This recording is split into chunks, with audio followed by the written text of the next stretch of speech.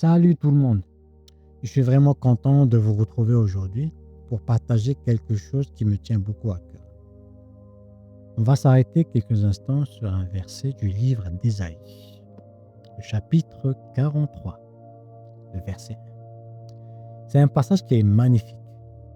Ainsi parle maintenant l'Éternel, qui t'a créé, ô Jacob, celui qui t'a formé, ô Israël.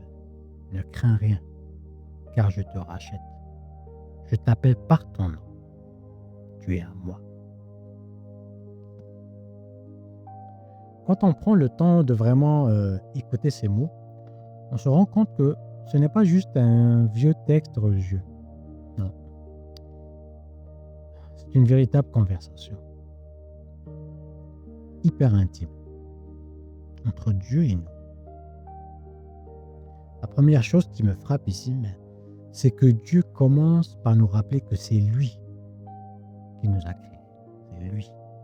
Mais attention, il ne nous a pas créés à la chaîne, comme dans une usine. Mais il nous a formés. Il a pris le temps. Ça veut dire qu'il connaît absolument tout de vous. Votre personnalité, ce qui vous fait sourire, ce qui vous fait pleurer, ce qui vous blesse. Et les luttes que vous traversez en ce moment même. Il est profondément impliqué en tout cas dans votre vie parce que vous êtes son œuvre. Il a pris tout son temps pour vous former. Ensuite, il nous dit cette phrase, toute simple, mais tellement difficile à appliquer. Ne crains rien. Et honnêtement, la vie nous donne souvent de bonnes raisons d'avoir peur, de stresser ou de nous inquiéter. Mais si Dieu nous dit ça, ce n'est pas pour minimiser nos problèmes. C'est parce qu'il nous donne une raison concrète de ne plus paniquer plutôt. Il a le contrôle. Il nous a rachetés.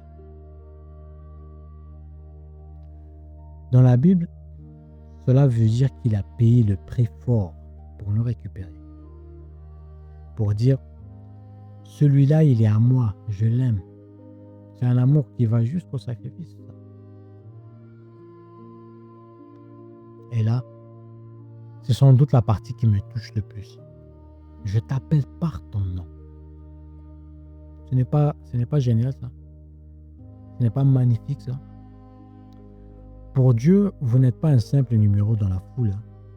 Vous n'êtes pas invisible non plus. Quand il s'adresse à vous, il utilise votre prénom. Il reconnaît votre identité profonde. Celui ou celle qui a voulu que vous soyez. C'est comme s'il disait je te vois, je te connais vraiment. Je t'aime tel que tu es. Ce verset se termine par tu es à moi. Parfois, le mot appartenance peut faire peur. Mais ici, ce n'est pas de la possession toxique. C'est vraiment c'est l'étreinte d'un père, en fait, ou d'une mère qui dit à son enfant, tu es mon enfant, je suis là. Personne ne te fera de mal. C'est tellement fort.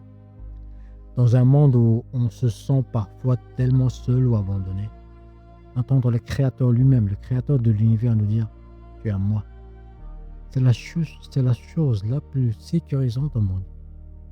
Peu importe ce qui vous tombe dessus aujourd'hui, vous n'êtes pas tout seul pour l'affronter. En bref, ce verset c'est vraiment une main tendue pour nous inviter à lâcher prise et à faire confiance. Si ce message vous a fait du bien, s'il a résonné avec ce que vous traversez en ce moment, laissez-moi un petit mot dans les commentaires. J'aime tellement vous lire et échanger avec vous. Pensez aussi à envoyer cette vidéo à quelqu'un de votre entourage qui traverse un moment stressant et qui a besoin d'entendre qu'il n'est pas seul.